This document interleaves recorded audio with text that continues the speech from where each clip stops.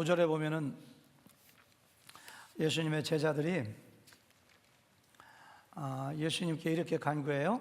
우리에게 믿음을 더하소서. 이렇게. 우리에게 믿음을 더하소서. 다 같이 한번 해보실까요? 다 같이 시작. 우리에게 믿음을 더하소서.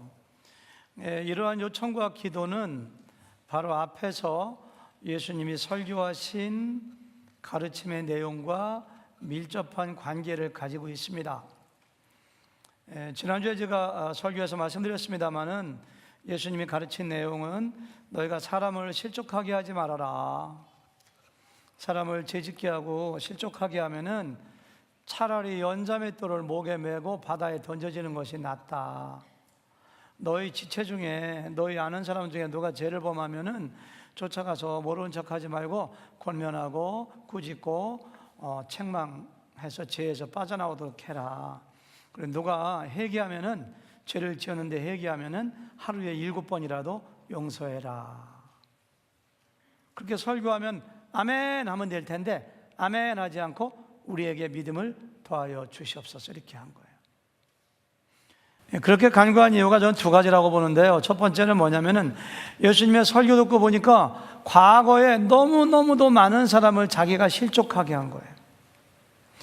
예수님의 설교 듣고 보니까 과거에 자기 제자 중에 한 사람, 아는 사람이 죄를 지었을 때 강 건너 불 보듯이 모르는 척 했어요.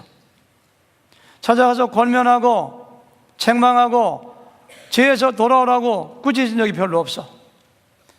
하루에 7번 용서하기는커녕 하루에 한 번도 용서하지 못했어. 그러니까 너무너무 말씀을 지키지 못한 것이 부끄러워서 주님 우리에게 믿음을 더하여 주세요. 두 번째는 이 예수님께서 말씀하시는 말씀의 수준이 너무 높아서 앞으로도 하루에 7번씩 용서할 수 있을 것 같지가 않아. 앞으로 살면서 누구를 실족하게 하지, 실족하게 하면은 바다에 빠지는 것이 낫다고 했는데 자신이 없어. 그러니까 주여 우리에게 믿음을 더하소서 이렇게 간구했다고 저는 생각이 돼요. 하나님 말씀이 나에게 임할 때 가장 좋은 반응은 아멘 하는 겁니다. 아멘. 주님 저도 그렇게 생각합니다. 제가 이렇게 순종하며 살겠습니다. 그것이 아멘에 담겨있는 의미예요. 우리 교회 성도님들 아멘 너무너무 안 하시는데 사실 너무도 많은 경우에 아멘을 너무 가볍게 남발하고 습관적으로 아멘하고 순종하려고 하지 않고 말씀에 대해서 고민하지 않고 잊어버리는 경우가 많은데 그렇게 아멘하는 것보다는 차라리 우리에게 믿음을 더하여 주세요라고 하는 간구가 훨씬 낫다고 저는 생각해요. 우리에게 믿음을 더해 주세요. 이게 무슨 뜻이냐면은 주님 제가 말씀대로 살기 원합니다. 순종하겠습니다. 제가 너무 연약하고 믿음이 없어서 말씀대로 살지 못했고 그렇게 살 자신이 없습니다. 저에게 믿음을 더해 주세요. 이게 얼마나 위대한 기도인가요? 그러니까 말씀을 받고 둘 중에 하나 기도해야 돼요. 아멘 하든지 그대로 순종하겠습니다 이렇게 하든지 아니면은 제가 순종할 테니 믿음을 주세요 라고 하든지 둘 중에 하나 반응이 나와야 돼요. 좀 이상한 얘기지만 믿음을 구하는 기도도 믿음 있는 사람만이 하는 거예요. 믿음의 가치를 알지 못하는 사람은 절대로 믿음을 달라고 기도하지 않습니다. 돈의 가치를 아는 사람이 돈을 아껴 쓰고 열심히 돈 버는 것처럼 책의 가치를 아는 사람이 옷을 팔아 책을 사는 것처럼 골동품의 가치를 아는 사람이 남들이 보기에는 하찮아 보이지만 거금을 주고 골동품을 사는 것처럼 믿음의 가치를 아는 사람들은 반드시 믿음을 구하게 되어 있어요. 제자들은 믿음 있는 사람들입니다. 믿음이 없는 사람들은 말씀을 듣고 나서도 절대로 믿음을 구하지 않습니다. 믿음이 없는 사람들은 나는 절대로 이 말씀대로 살 수가 없어. 그냥 하시는 얘기지. 그냥 성경에 나와 있는 얘기지. 하나님도 이거 내가 지키지 못하는 거 알아. 오늘 말씀 너무 좋았어. 말씀 은혜가 되었어. 거기서 대치 끝이야 끝. 말씀을 가지고 고민하지 않아요. 자기가 지키지 못하는 것에 대해서 슬퍼하지 않아요. 그게 믿음 없는 사람의 특징이에요. 근데 믿음 있는 사람은 주님, 제가 말씀을 지키고 싶은데 능력이 없네요. 저에게 믿음 좀 주세요. 이게 믿음 있는 사람의 말씀에 대한 반응하는 한 가지 방법이에요. 이 성경에는 역설이 참 많아요. 너희가 선줄로 생각하면 넘어질까 조심하라. 너희가 뭐 좀 안다고 생각하면 아무것도 모르는 거야. 정말 무엇을 알고 있는 사람은 자식이 지식이 없음을 알아요. 정말로 믿음이 있는 사람은 자기 속에 믿음이 없음을 알고 믿음을 구해요.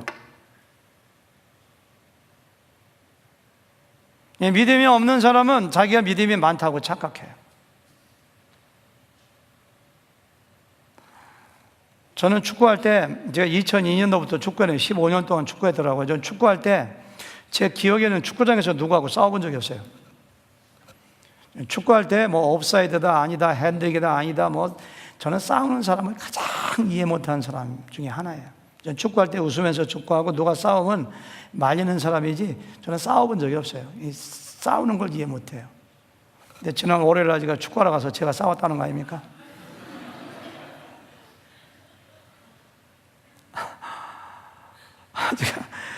제가 이렇게 볼을 막 몰고 가는데 제가 이렇게 슛을 때리면, 축구 같이 하시는 분들은 알지만은 제가 슛 때리면 볼이 굉장히 셉니다. 이거 입시 안 그래요?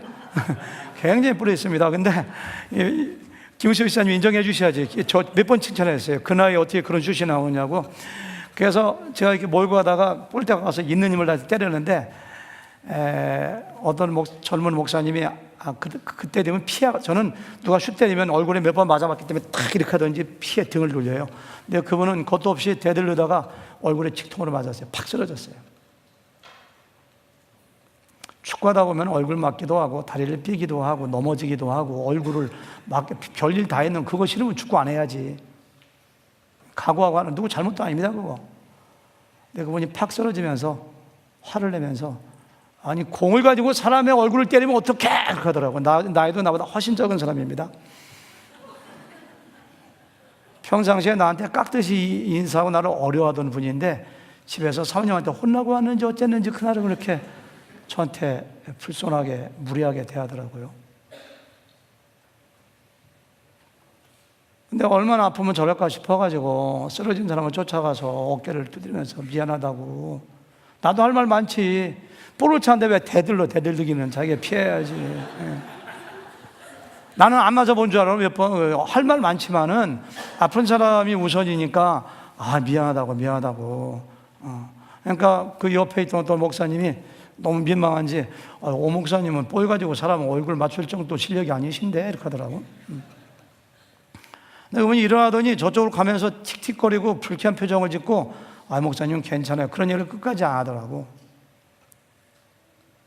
이런 거 적지 마세요. 멀어져 보세요. 그래서 제가 그런 마음으로 축구하면 다쳐요. 그래서 쫓아가 가지고 3번 4번을 걸쳐서 목사님 미안하다고, 마음 풀으라고 미안하다고 했더니 그분이 대뜸 한다는 얘기가, 아니 사람 때려놓고 사고하면 뭐 하느냐고 하더라고요. 5년에 한 번 열릴까 말까 하는 뚜껑이 그때 열리더라고요. 제가.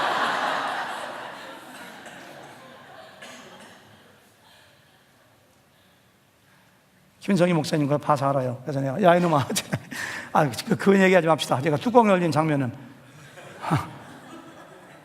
얼마나 제가 화가 나든지. 15년 동안 축구 역사 중에서 처음 누구하고 싸웠다 할까요? 제가 화를 냈다고 할까요? 집에 와서도 분이 안 풀리더라고요. 아내는 그 나이에 무슨 축구하느냐고 늘 핍박과 박해 가운데 간신히 축구하기 때문에 그런 얘기하면 당장 나가지 말라고 얘기할 테고, 아내한테 말도 못하고 점심 먹고 나서 화가 안 풀려. 막 푸나기도 하고. 이 무례한 친구가 다 있나. 그냥 월요일날 잠을 못 자겠더라고, 화가 나가지고.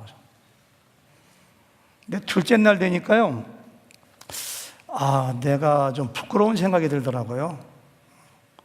아이고, 목사님이 카톡에다가 죄송하다고 제가 잘못했다고 막 사과하는데 답장도 안 해서 화가 나가지고서.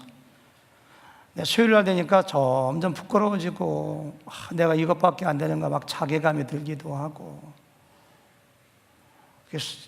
그 수요일 날 새벽기도 늦었거든요. 잠을 새벽 2시까지 못 자겠어. 부끄럽기도 하고 창피하기도 하고, 덕을, 젊은 목사님들에게 덕을 못 끼치는 것 같고. 2시인가 3시에 잠들었는데 깨보니까 5시 45분 막 옷 입고 나오니까 6시 5분인가 그래서 새벽기도 늦었잖아요. 수요일에 되니까 어떤 생각이 드느냐면은, 야, 정말 내가 이게 어떻게 이것밖에 안 되는가, 정말 근데 보통 실수한 게 아니네. 하늘교회 담임 목사가 돼가지고 어디 가서 덕도 못 끼치고, 이게 수요일 날 카톡에다가 모든 것이 제 부덕의 소치입니다. 내가 책임지는 마음으로 더 이상 축구 안 나가, 그 좋아하는 축구를 안 나가겠다고 괜히 쓴 것 같다. 그거 어떻게 한 번 말하는 거 돌이킬 수도 없고. 수요일 날은 너무너무 창피해서 막 부끄러워 잠이 안 와서 목요일 날도 새벽기도 늦었어요. 찬송 시작한 다음에 왔어요. 그때도. 목요일 날 되니까 어떤 생각이 드느냐면은, 그냥 그 목사님이 제가 안 나간다니까 제가 어떻게 나갑니까? 목사님께 무릎 꿇고 빌겠습니다. 저를 용서 막 오는데도 청한 답장을 못 쓰겠다가 제가 목요일 날 뭐라고 썼냐면, 목사님 무릎 꿇을 만큼 잘못한 거 없습니다. 목사님 약간 실수했다면 이미 다 사과했습니다.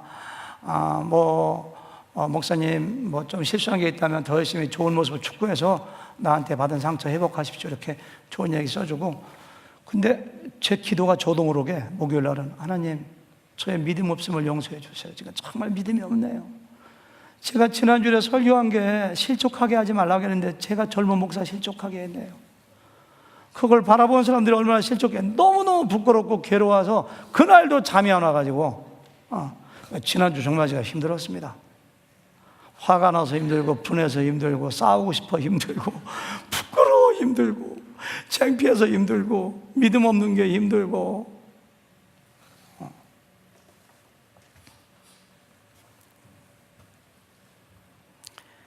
믿음이라고 하는 것이 무엇인가 제가 지난주에 말씀드렸죠.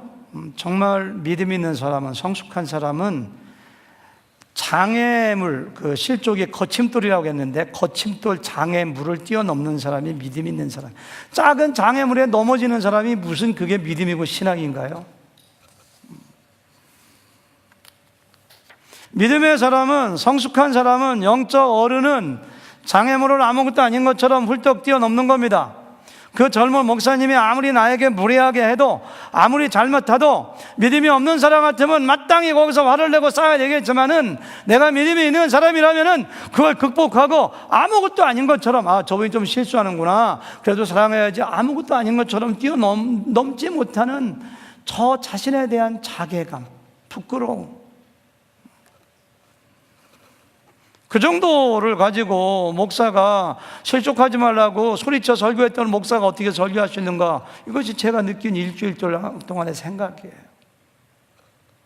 예수님을 보세요. 아무런 죄도 없습니다. 실수한 것도 없어요. 잘못한 것도 없어요. 은 30에 모함받아 팔려가지고 채찍 맞고 매 맞고 침뱉음 당하고 고난당하고 십자가에 달려 죽으면서 예수님이 눈을 부릅뜨면서 두고 보자 너희들, 내가 무슨 죄가 있느냐, 억울하다, 분하다, 그렇게 하신 적 있는가요? 예수님? 없어요. 오히려 이사야서 53장 7절 나오는 말씀처럼 곤욕을 당하여 괴로움을 당할 때도 아무런 말씀도 하지 아니하셨고, 마치 도살장 끌려가는 어린 양처럼, 털 깎는 자 앞에서 잠잠한 양처럼 입을 열지 않고 가만히 계시다가 숨을 거둘 때, 아버지여 저들의 죄를 사하여 주시옵소서. 저들이 하는 것을 저들이 알지 못합니다. 내가 예수님을 닮아가는 것이 신앙생활의 목적이라고 했을진데, 나는 세상에 예수님에 비하면 작은 바늘 하나 찔린 것 같아. 바늘 하나 찔린 것 같아. 근데 억울하다고 하고 분하다고 하고 화가 난다고 얘기하고 못 참겠다고 얘기하고 아파하고 소리치는 나의 모습이 정말 믿음 있는 모습인가? 그래서 제가 그렇게밖에 기도 못해요. 하나님, 저의 믿음 없음을 용서해 주세요. 저에게 믿음을 더해 주세요. 주님께서 누가복음 18장에서 인자가 올 때에 세상에서 믿음을 보겠느냐? 하나님, 저에게 믿음이 없습니다. 저에게 믿음을 더해. 이상하게 그런 기도를 하고 나니까요. 그런 기도하고 나니까 이 말씀의 의미를 알게 되더라고요. 제가 이 말씀을 어떻게 설교할지 감이 안 잡혔거든요. 온갖 주석을 다 봐도 어떻게 설교할지 몰랐어요. 근데 제가 하나님, 제가 믿음이 없습니다. 믿음을. 그래서 오늘 말씀 묵상하니까 아, 제자들의 심정이 이런 심정이었구나.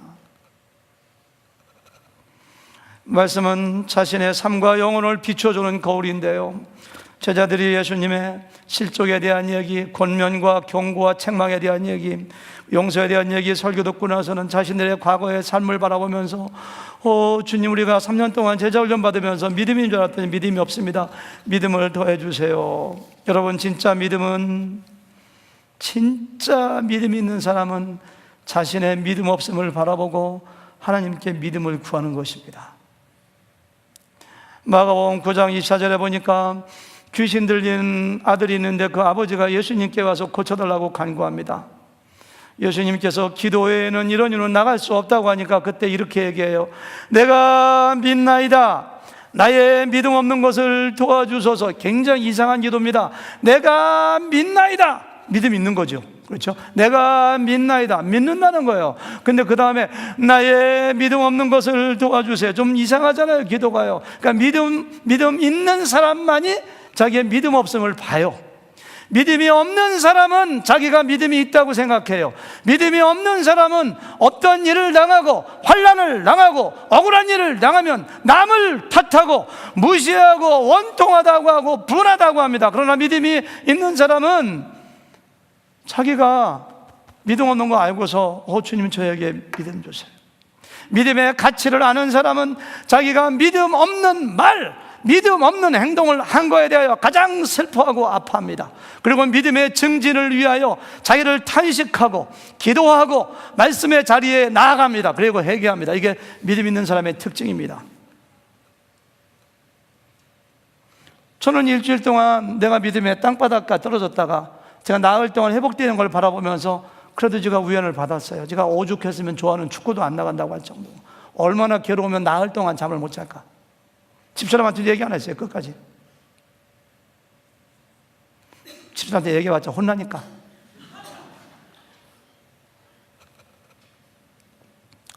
하나님은 우리에게 내가 믿음이 있으면 행함으로 내 믿음을 보이라고 해요. 야고보서 2장 18절, 너는 믿음이 있다고 얘기하지. 너 믿음이 있지. 너 믿음이 있고 나는 행함이 있다 이거야.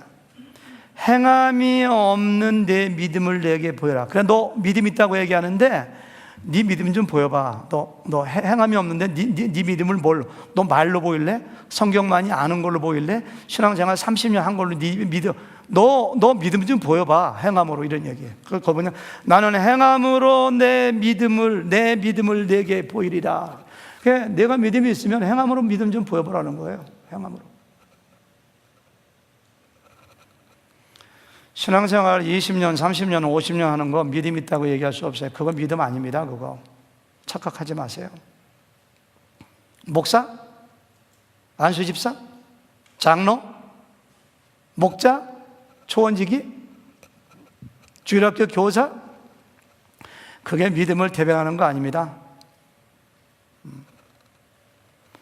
열심히 11조하고 헌금하고 주일마다 예배 열심히 참석했나, 물론 그것도 믿음의 한 결과이고 단면일 수가 있지만, 근데 부딪혀봐야지 알아요. 누구한테 맞아봐야지 알아요. 정말 예수님처럼 내가 억울한 일 당해보고 정말 그런 환경 가운데 갔을 때 내가 어떻게 반응하고 행하는가, 그것이 믿음을 얘기해야지. 뭐 주일 예배 좋아요, 여러분 믿음이신가 나오신 겁니다. 근데 이것 자체가 믿음을 얘기하는 거 아니에요. 여러분들 뭐 성경을 많이 한다고요? 성경에 대한 지식하고 믿음과 큰 관계 없어요. 물론 지식을 통해서 믿음이 들어가지만은 많이 알면서도 믿음 없게 행동할 수가 있어요.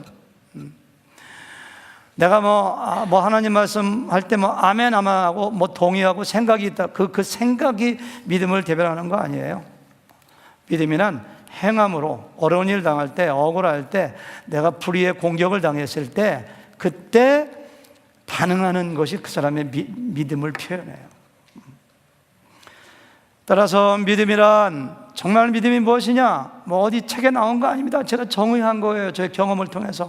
믿음이란 믿음이 없는 세상 사람이라면 필연적으로 반드시 그렇게밖에 할 수 없는 상황이지만 나는 하나님을 계신 것을 믿기 때문에, 하나님이 살아계시고 나를 바라보신 것을 믿기 때문에 그렇게 하지 아니하고 장애물을 뛰어넘고 하나님의 말씀에 순종하는 행함의 열매를 보여주는 것, 이것이 믿음입니다. 그럼 무엇이 불신앙이고 불믿음인가요? 하나님 없는 것처럼 행동하는 것. 제가 지난 월요일 날 오후 2시가 가까운 그 시간에 젊으신 목사님을 향하여 이놈아! 라고 했던 그 순간에 하나님이 없는 것처럼 저는 행동했어요. 정말로 제가 믿음이 있다면 참을 수 없는 중에 참는 인내의 열매로 나의 믿음을 보여줘야 돼요. 세상 사람들은 얼마든지 멱살 잡고 싸우고 화내고 억울하다 분하다 할 수 있습니다. 근데 그 가운데 내가 화를 낸 것은 믿음의 열매를 보여주지 않은 거죠. 여러분들 믿음을 한번 좀 바라보세요. 여러분들 믿음이 얼마나 있는가? 제가 저를 바라보건대 지난 한 주 동안에 마치 하나님이 안 계신 것처럼,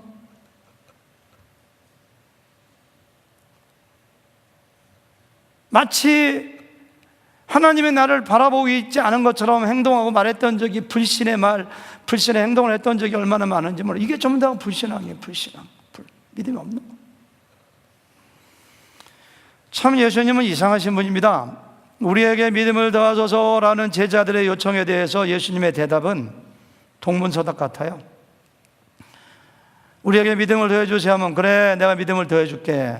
그래 너희들 믿음을 구하는 거 보니까 믿음이 있구나. 그래 너희들 믿음을 구하는 거 보니까 성숙한 사람들이구나. 그래 너희가 믿음을 더하려면 열심히 기도하고 말씀 동안히 공부해야 돼. 어떤 처방을 내려주시는 것이 아니라 알 듯 모를 듯한 이상한 말씀을 하세요. 주께서 이르시되 너희에게 겨자씨 하나일 만한 믿음이 있었더라면 이 뽕나무 떨어 뿌리가 뽑혀 바다에 심겨라하였을 것이요 그것이 너희에게 순종하였으리라. 아니 뽕나무는 밭에 있어야지 바다에 있으면 어떻게 해요? 아니 밭에 있는 뽕나무 뽑아가지고 바다에 심어서 뭐 하려고? 근데 예수님께서는 너희에게 겨자씨만한 믿음이 있으면은 밭에 있는 뽕나무에게 명령해서 뽑혀가지고, 뽑히는 것도 큰 기적인데, 뽑혀가지고 바다에 들어가서 가라앉아가지고 바다에 심겨지는데 뽕나무가 순종한다는 거예요. 이게 무슨 의미인가? 겨자씨만한 믿음이 뭘 얘기하는가?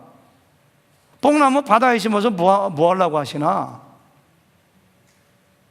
결론부터 얘기하면은 이 말씀의 의미는요, 진정한 믿음은 살아있는 믿음입니다. 진정한 믿음, 살아있는 믿음은 반드시 역사하는 능력, 워킹, 그 일하는 능력, 반드시 역사하는 능력으로 나타나게 되어 있다는 사실을 강조해서 대조적인 비유로 우리한테 말씀해 주시는 거예요. 만약에 예수님께서 겨자씨라는 단어를 사용해서 작은 믿음만을 표현하려고 하셨다면은 티끌만한 믿음, 먼지 같은 믿음, 코딱지만한 믿음이라고 얼마든지 했는데 예수님께서는 겨자씨만한 믿음이라고 얘기했어요. 겨자씨라고 하는 것은 작지만은, 작은 것을 강조하는 것이 아니라 작지만은 겨자씨가 싹을 내고 자라서 나무가 되어가지고 새들이 깃드는, 마태복음 13장 31절을 보니까 천국은 마치 사람이 자기 밭에 심은 겨자씨 하나 같으니 이는 모든 씨보다 작은 것이로되 자란 후에는 풀보다 커서 나무가 되며 공중의 새들이 와서 그 가지에 깃드는 것처럼, 주님께서는 단어 하나 선택할 때, 저 설교할 때 단어 하나하나 굉장히 세심하게 신경 쓰는, 예수님은 단어 하나의 의미를 두신 거예요. 그래서 겨자씨 같은 믿음이라는 것은 눈에 보이지 않을 정도로 작지만은 자기 씨보다 수백 수천 배 되는 흙을 뚫고 나와서 싹이 나고 자라서 큰 나무가 되어서 새들이 깃드는 영향력, 역사하는 능력을 믿음이 가지고 있다는 것을 강조하기 위해서 그 말씀하신 거예요.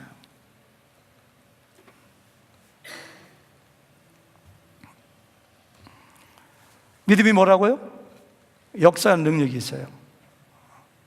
여러분, 한 사람 한 사람 속에 정말로 겨자씨만한 정말 살아있는 진짜 믿음이 있으면은 겨자씨가 싹이 나고 자라는 것을 막을 수 없는 것처럼 그 믿음이 반드시 일을 합니다.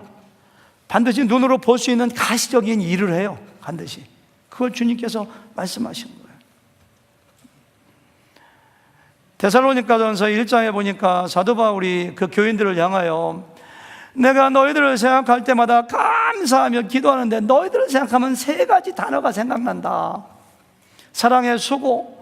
너희가 복을 받고 예수 믿고 얼마나 사랑이 풍성한지 사랑에는 반드시 sacrifice, 어떤 수고, 그 희생이 오게 돼 있어요. 소망의 인내, 천국에 대한 소망이 있으면 반드시 인내하게 되는, 너희가 소망에 인내가 있는 거 알지? 세 번째, 믿음을 말씀하시면서 믿음의 역사, 너희에게 있는 믿음의 역사를 안다.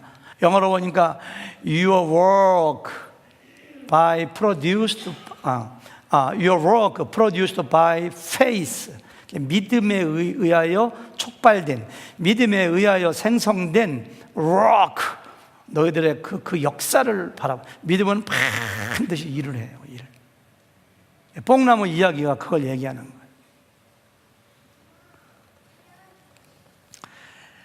믿음으로 나타나는 하나님의 영광스러운 역사는 수없이 많이 있는데요, 한두 가지 얘기해 보면 첫 번째는 구원입니다. 구원.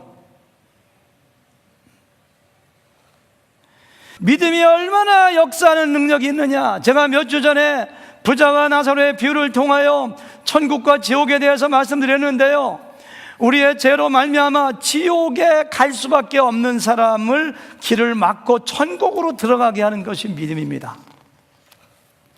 여러분과 제가 지은 죄를 어떻게 없애할 수 있는가요?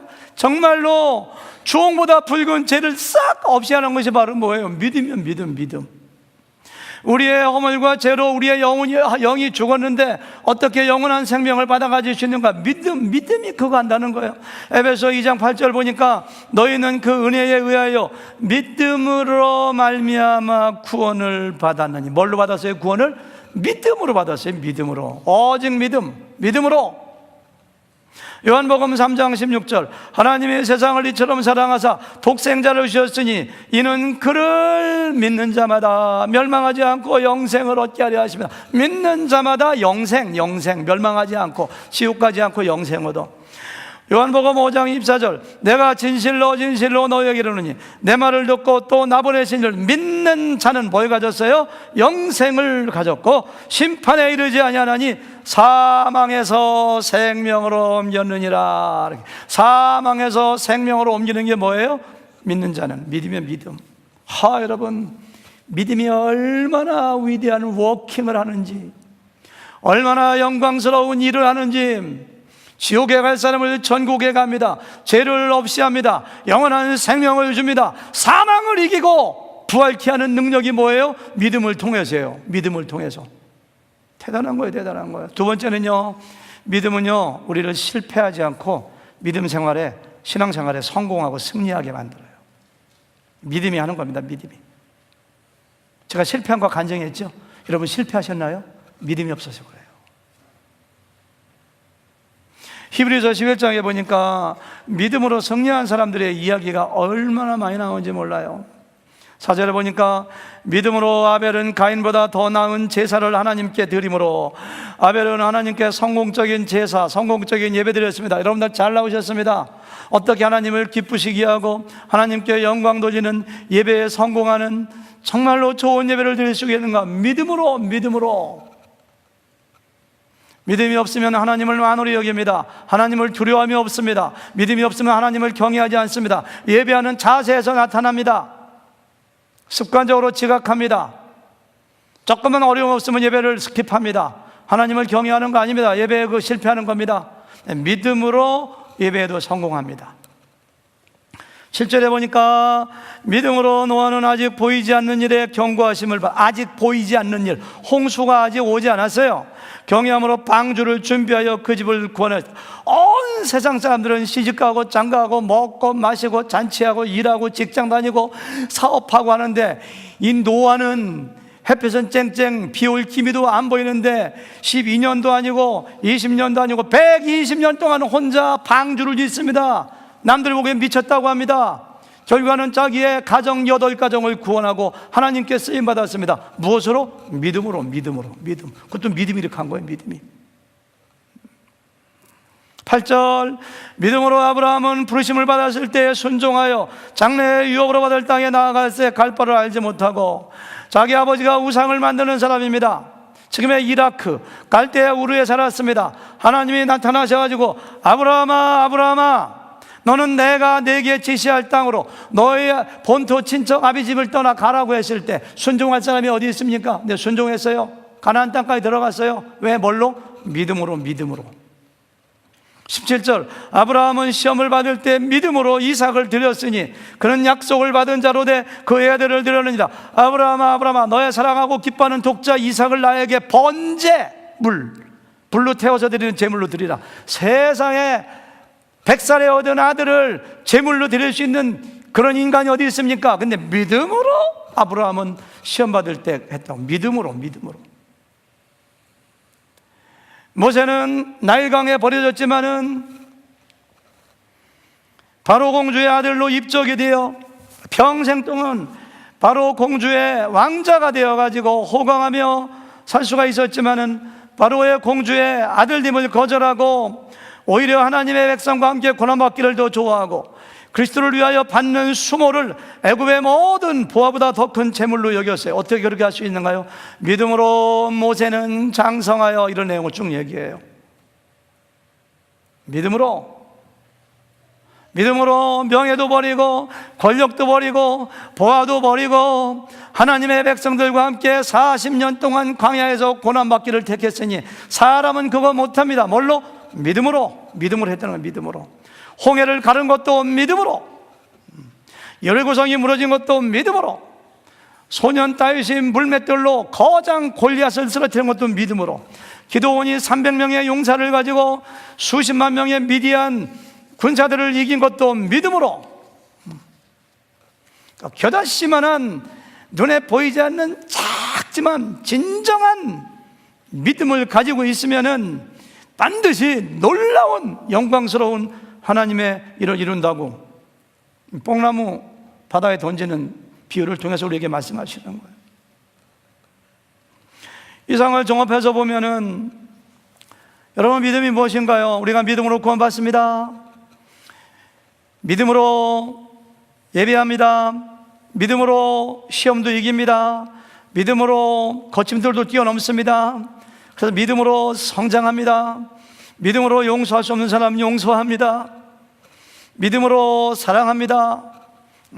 믿음으로 전도합니다. 모든 게 믿음. 그러니까 우리는 믿음이 얼마나 소중한지.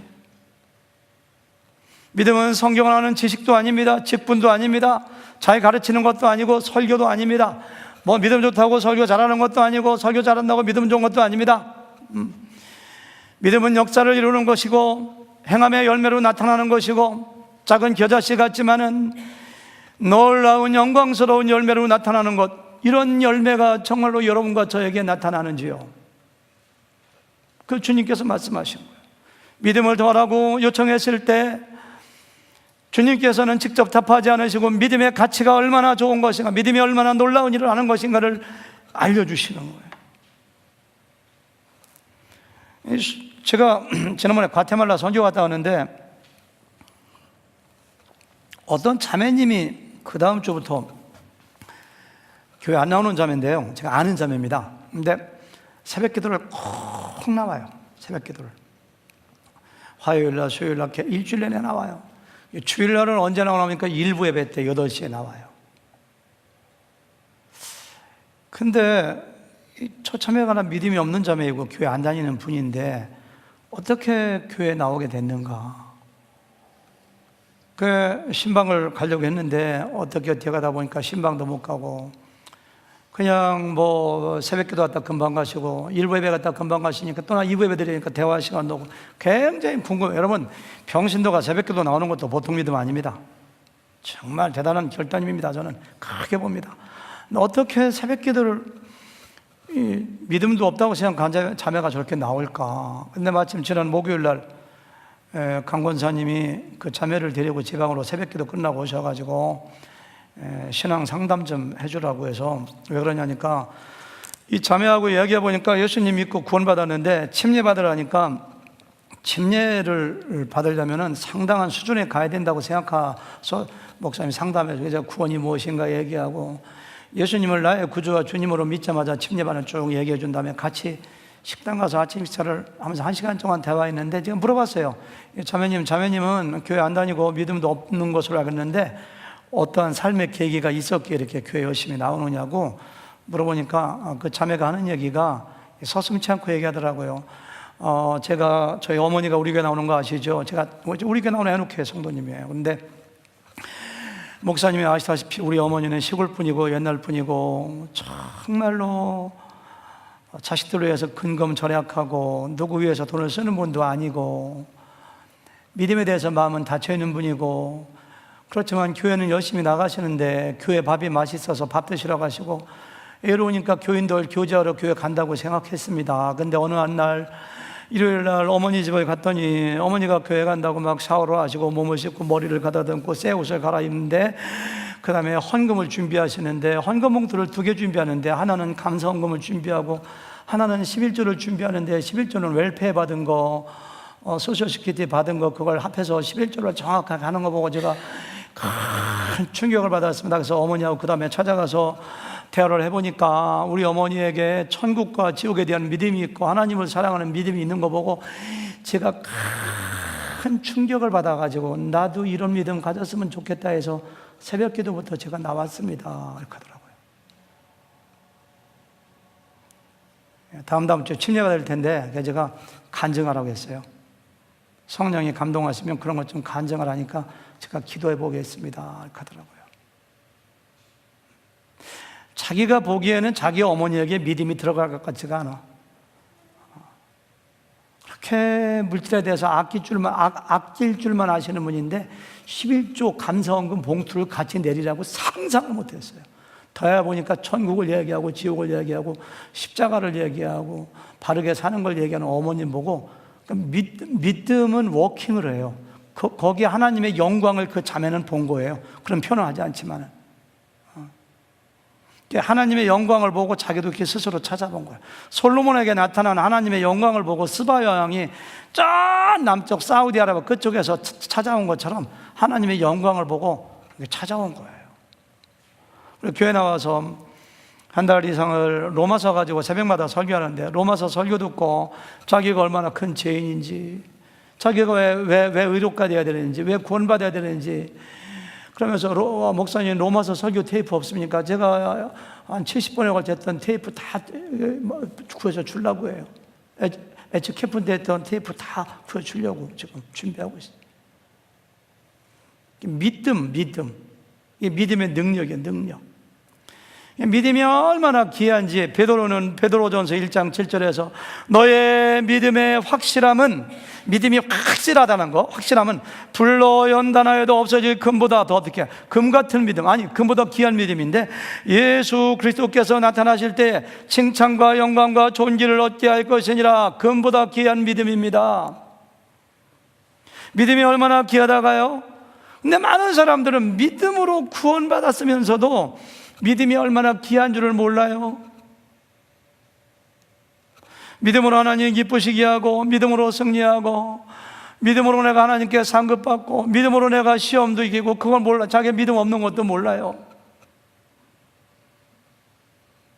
중세시대에 스페인이 중남미를 다 정복하는데요, 어떤 섬에 스페인 함대가 그 섬을 정복하기 위해서 정박하고 쳐들어갔는데요, 가보니까 어린 아이들이 공기돌을 가지고 공기하는, 다이아몬드를 가지고 공기하는 거예요. 다이아몬드를 가지고. 스페인 군사가 주머니에 있던 초콜릿하고 캔디를 주면서 예 이거 줄게, 나하고 바꿀래? 그러면요, 바꿨어요. 다이아몬드의 가치를 모르면 초콜릿 하나하고 바꿔요. 믿음으로 예수 믿고 구원받은 사람들이 믿음을 돈하고 바꿔버려요. 믿음을 명예하고 바꿔요. 쾌락하고 바꿔요. 어떤 사람은 골프하고 바꿔요. 어떤 사람들은 취미하고 바꿔요. 자존심하고 받고 믿음 다 버려요. 뭐가 남아? 간신히 구원만 받았지 믿음이 없어요. 믿음이. 그러니까 예수님께서 내가 믿음을 찾아보겠느냐 한탄하시는 것이 저는 거기서 나온다고 생각해요. 저를 보고 하시는 말씀이에요.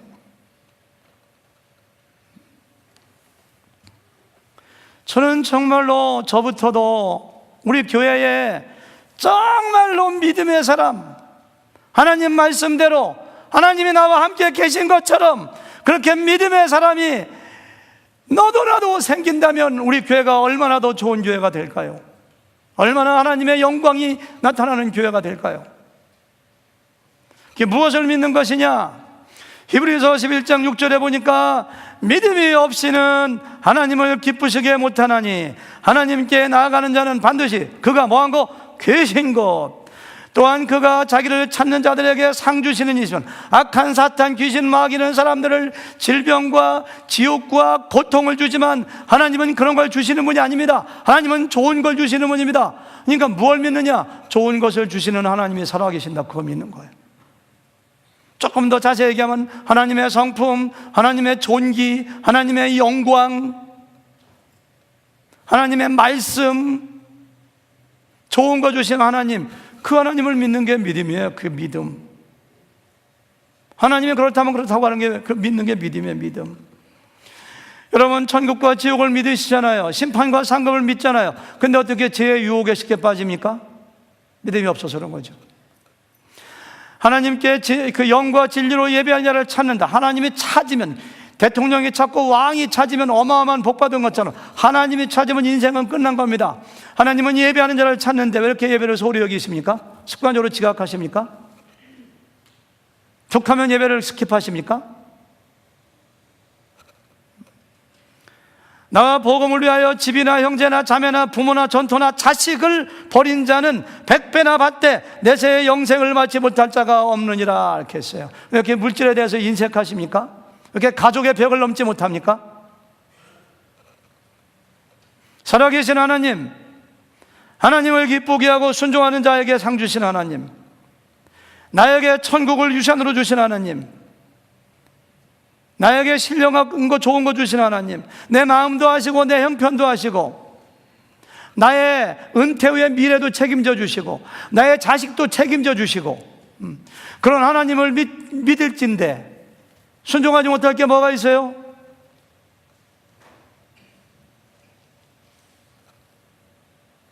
다 용서할 수 있잖아요.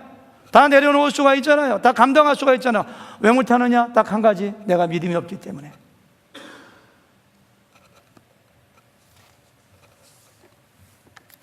여러분과 저는 정말 믿음 없음을 부끄러워하고 하나님 저에게 믿음을 주세요. 제가 그것 때문에 나흘 닷새를 잠을 못 잤어요. 저의 믿음 없음 때문에. 그걸 한탄하면서 하나님 제가 믿음이 너무 없습니다. 설교자인데도.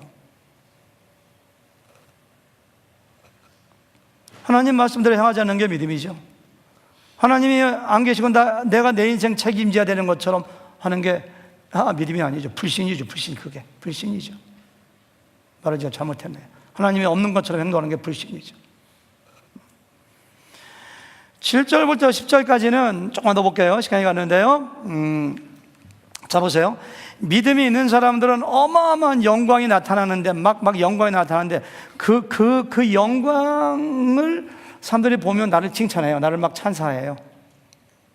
이게 무슨 얘기냐면은 여러분들이 우리 교회에서 믿음 가장 좋은 분, 우리 교회 그런 분 없으면 내가 알고 있는 어느 한 분을 생각해요. 막 순종하고 싶고 박수 쳐주시고 막 영광 돌리고 싶고 그러잖아요. 그러니까 그러한 반응이 나한테 올 때 어떻게 겸손하게 반응을 보여야 되는가가 7절부터 10절까지예요. 7절부터 9절까지 먼저 다 같이 시작. 너희 중 누구에게 밭을 갈거나 양을 치거나 하는 종이 있어 밭에서 돌아오면 그더러 곧 와 앉아서 먹으라 말할 자가 있느냐? 도리어 그더러 내 먹을 것을 준비하고 띠를 띠고 내가 먹고 마시는 동안에 수중 돌고 너는 그 후에 먹고 마시라 하지 않겠느냐? 명한 대로 하였다고 종에게 감사하게는. 이것은 고대의 노예들이 종들이 주인에게 어떻게 하는가를 보여주는 거예요.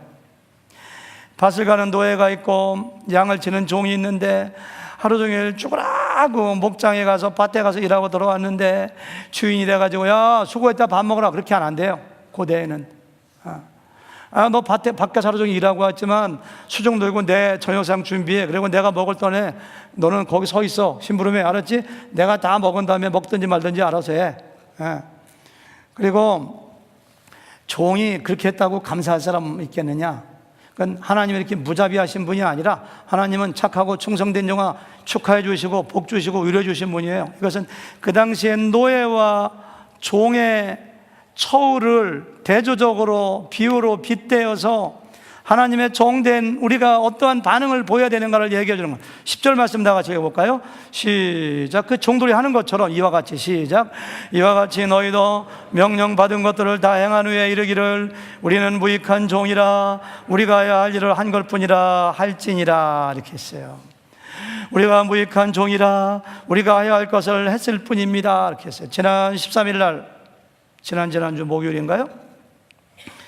그 한국의 고속도로, 그 경부 고속도로가 있는데, 울산을 지나가는 관광버스가 어느 대기업에 입사했던 입사 동기, 은퇴한 사람들 60대, 70대 한 20명을 태우고 이렇게 밤에 가다가 중앙 분리대를 딱 부딪히면서 연료 탱크가 터지면서 불이 붙어서 순식간에 타버리면서 10명이 죽었어요. 나이 드신 분들이.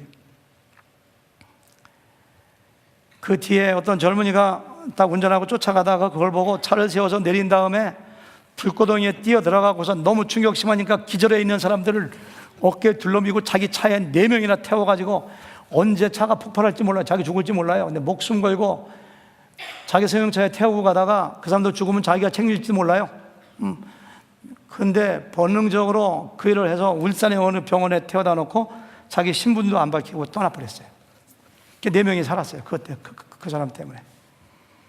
그래서 막 언론에서 그 의인이 누구인지, 유가족 그 살은 사람들이 그 사람이 누구인지 열심히 찾았는데 찾아보니까 묵호고등학교의 윤리선생인 30살 먹은 소현섭이라고 하는 선생님이에요. 그래서 어느 대기업 계열의 공익재단에서 의인상 수상자로 결정하고 표창장을 주고 5천만 원 상금을 주겠다고 했더니 그분이 하는 말이 나는 상을 받을 만한 일을 한 적이 없습니다. 당연히 할 것을 했습니다.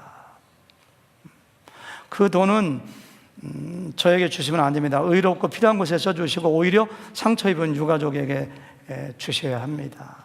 신문 기자들이 막 전화해서 인터뷰 요청하니까 나 수업해야 됩니다. 이런 거 기사에 내지 마십시오. 부끄럽습니다. 교장한테 가서 우리 학교 이름 나게 해서 죄송합니다. 이렇게 사과했다고 해요. 자기 목숨 걸고 위험을 감수하며 죽을지도 모르고 책임을 뒤집어 쓸지도 모르는데 사람을 살리기 위하여 불구덩이에 뛰들어가서 4명을 살린 사람이 마땅히 해야 될 일을 했다고 하는데 우리가 하나님의 일을 하고서 내가 할 만큼 했다, 내가 잘했습니다, 나를 박수 쳐주세요, 알아주세요 한다면 얼마나 창피해요.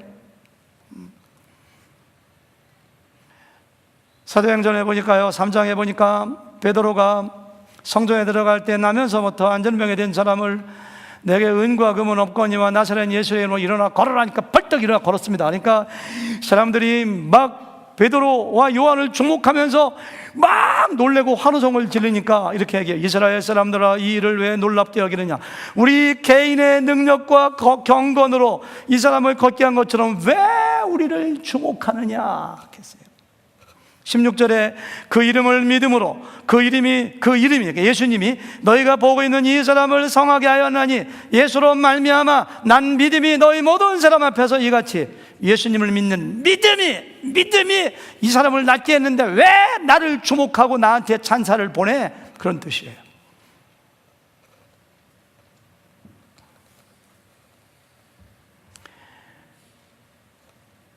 제가 한 15년 전에 어느 도시에 갔다 목사님들 한 10대 명 모임에 가서는 제 앞에 앉은 목사님이 식사하면서 그런 얘기. 제가 목회 초반기거든요.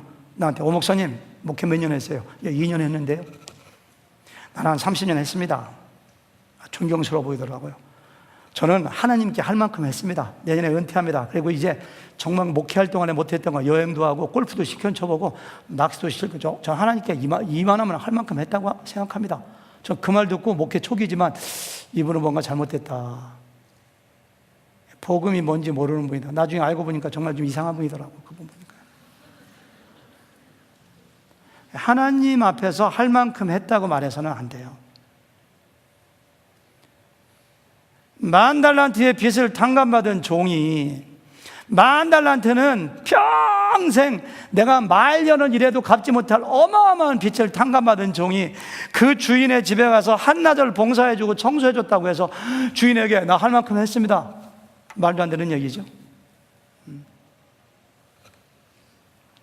동물의 잔치가 열렸는데 토끼가 매너박합니다. 토끼가 퍼레이드 가는데 뒤에 동물의 왕인 사자가 따라옵니다.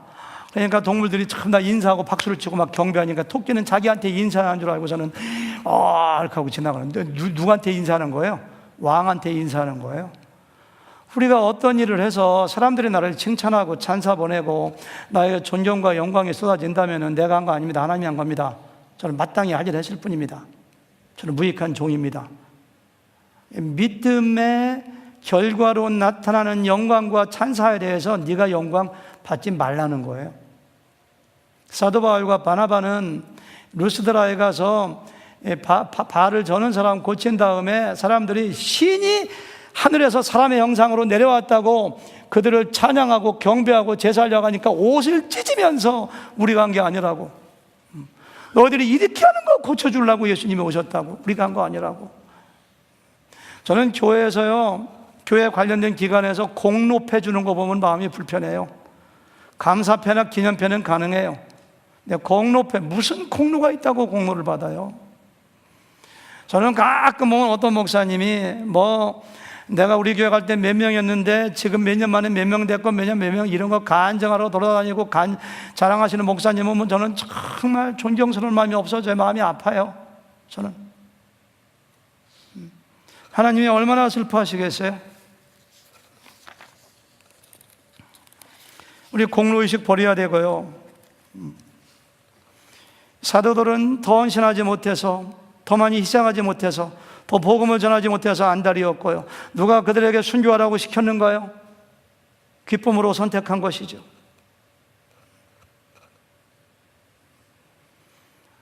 혹시 여러분 가운데 내가 하늘의 교회 할 만큼 했다고, 내가 한 헌금이 얼만데 내가 목자 이만큼 했으면 됐지, 그런 생각하면 회개하셔야 됩니다. 우리는 무한 희생하고 무한 봉사하고 하나님께 갚을 길이 없는 사람들, 그걸 여기서 말씀하시는 거예요. 어떤 교회가 나쁜 교회인가 권리를 주장하는 주인이 많이 있으면 그 교회는 지옥이 됩니다. 맨날 싸우고 다툽니다. 자기가 잘했다고 날마다 삿대질합니다. 어떤 교회가 좋은 교회인가?